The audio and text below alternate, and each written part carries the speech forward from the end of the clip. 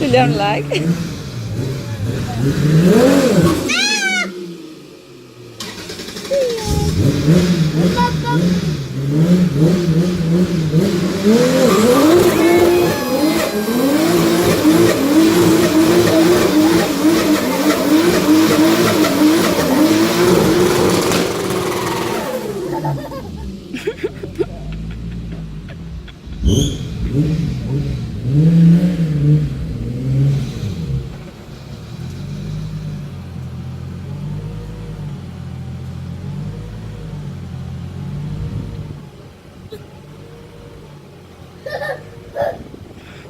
And now I'm gonna service the gearbox, not the gearbox, but the clutch, because the clutch is not really perfect anymore. So I wanna take it off and have a look, see if everything is okay.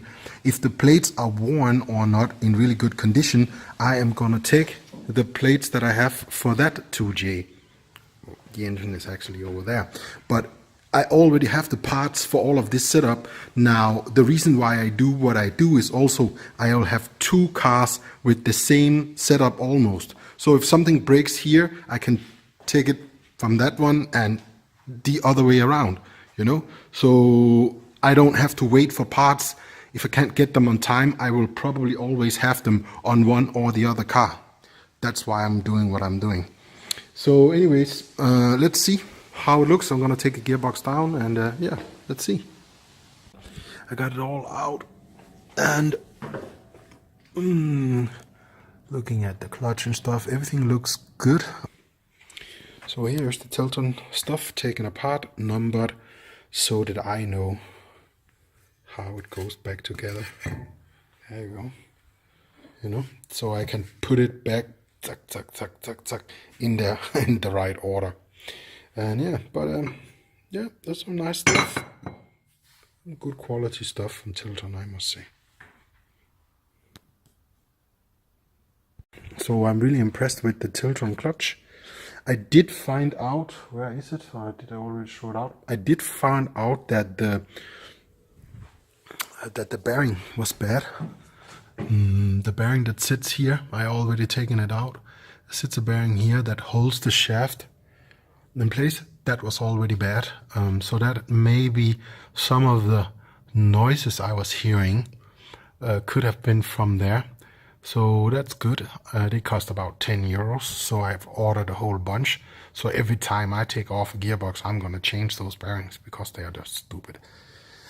I'm also gonna change the slave cylinder because the clutch is a little bit funky and it has to do a lot of work. I bought an upgraded version from Saks. That should be a better one. Maybe it's just the same. And another thing I found out, which is also stupid, this is the clutch pivot or whatever you call it from stainless steel that you put in if you take off your gearbox. Because in your gearbox now there's just a plastic one. Oh, you can't see it, it's behind that thing. And yeah, the supposedly race car builder up there in Norway didn't change that one. So it's just a plastic one. You can actually see it behind there. They normally break. And when they break, you can't drive.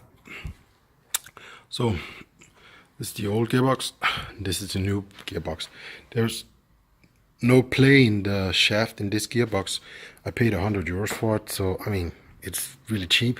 And I think just take off the old slave cylinder, take out this sensor plug and just put in a bolt from this gearbox as we don't use that, and then just change this. That's it. Then the gearbox is good. Well, of course, I'm gonna change the oil on it. It's a good idea to change it. I mean, instead of using the old one, you know, I'm just gonna make it new and nice. So the gear shift is gonna be super. Yeah, that's it. So for those people who are interested in details, let's see. No, there's no movement at all. It's just firm, sits exactly where it should. That's it. And then this is the old one. And you can then imagine how this piece of, how this crap would be on your stick, all of that slack. I sacrificed this gearbox, which was scrap anyway, cut down the bottom out of it, and then I could get my grinder or my cutting wheel or whatever you call it in there and cut the shaft off. Then here looks like this, clean it up, and that's then what I'm gonna use as the center cone or whatever you call it, so that I can put the clutch on now and bolt it, and all the 3 plates will be aligned for when I put the gearbox on. So all of that work to get this piece, because they don't include this 50-cent manufacturing cost plastic tool in the clutch kit, they look like this. They don't fit, none of those, but they look like that. It can't be much more than 50 cents to manufacture such a piece. Why don't Tilton do that for their customers? Every single customer who has a clutch with more than 1 plate, it's gonna be a pain in the ass to install your clutch unless you have that. I don't understand. The issue that I had with my clutch being a little bit funky and engaging so low on the floor is not gone. So now I'm gonna adjust the pedal travel instead. So I've just put on a new gearbox and had the clutch looked at, everything was good. Changed a couple of bearings, that of course was bad, and also put on a new gearbox because the gearbox was also bad, of course. And my issue with my clutch is that it's still engaging so low on the floor. There's almost no play, and it seems as longer I drive, this gets worse and worse. Normally inside the car, you can adjust a screw down there on the bottom that sits on the end of the clutch cylinder. Now, I went in there and had a look, and I can see that underground garage, the bolt is this long. That was too short. So they have welded on a new piece of thread that's then that long. So there you have it. The piece is out. Now, I also found that it was leaking inside here. So I guess that the cylinder is also bad after 1 year, and I mean, how many times 7-8 times out drifting. So luckily I have a spare, because I was going to do some modification on the e-brake. So I just bought this. This just came a couple of days ago. Now I can use that instead. So if you want to see what they did, if you can see, this pin is not long enough. So instead of modifying the pedal inside the car to have a different place to attach this, they then welded on an extension, what you call it, thread, right? An extension thread. But this extension is not long enough, unfortunately, because it's now at its absolute max. You can see there's barely any thread in there, you know, so it's already at its maximum. You couldn't adjust this anymore, and I actually need to have more adjustability like this. So I am now left to either take out the whole pedal assembly inside the car, which is going to be a nightmare because there's already a cage in there and everything, and it's so difficult to come in there, or I could cut this off. So I've decided to be just as stupid as they were, and I'm going to take this push rod and I'm going to cut off the part that they made. That's here. I'm going to cut off that part, and then I'm going to cut this bolt right there, you can see, and I'm going to weld this on. So I'm going to get that much more adjustment, which is more than plenty. It's a lot. So it's super late in the night. I think it's like 1:30. I couldn't sleep, so I went down and did a little stuff on the GT86. It's new bushing for the rack, and the rack is over here. They're pretty soft, these rubber bushings, so I'm gonna press those out, and I'm gonna put these ones in instead, and then I'm gonna put it back up here. It's a pretty fast job, you know. That's just a little stuff. I was bored and couldn't sleep, so why not? So I'm just finished changing my quick release thing. Now this and this, they are the same, but for two different companies. This quality here is not good enough. After you drive some time, it will become loose and your wheel will become a little bit loose, and I don't like that. I like it to be nice and tight. So I got one of these for D1 Spec that should apparently be better quality. Even though they look kind of similar, it's yeah, well, it's not the same. So yeah, let's hope that that works better.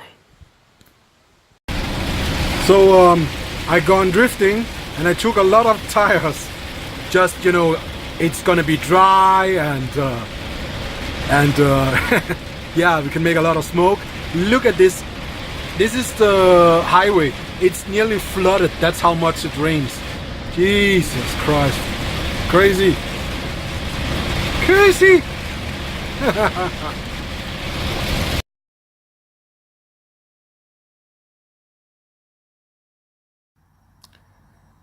So you get a little bit surprised when all 12 of your bolts break on your supposedly 1,000 horsepower axles on your Toyota GT86. So I can finally put together the GT86.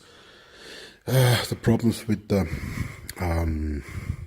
drive shafts and all that stuff, I sorted it all out with the Driveshaft shop. I found out that some of their flanges wasn't probably machined all the way through, and they checked their stock, and most of the flanges are all good, but a few of them have the same problem as mine. They will now make sure that they are all fixed, so no other customers will have this problem, which is actually my goal.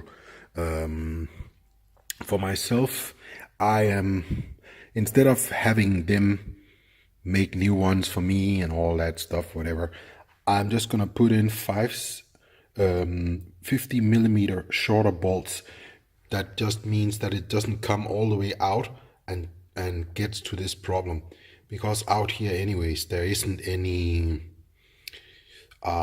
material, you know, it's already a half hole and everything, so you're not getting any more hold of that. Those 2 centimeters you have here is enough, so it shouldn't be a problem, you know. That's just a quick fix.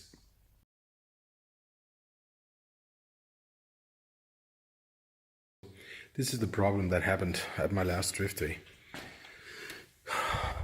This little hose right there at the end that comes up and goes into the heater inside the car. Yeah, on the back side it's broken, and yeah, I am thinking that that hose wasn't replaced when we swapped the engine. Probably just reused the original hose, which is a big mistake on something that's 20 years old. This is not an underground garage issue. That's a my issue or MPS issue or whoever, you know. Me and MPS, we are the guys who put this engine in, so we should have changed that pipe or that hose, but I guess it wasn't done. Shit happens, it's racing, and yeah, so now I'm just gonna fix that now.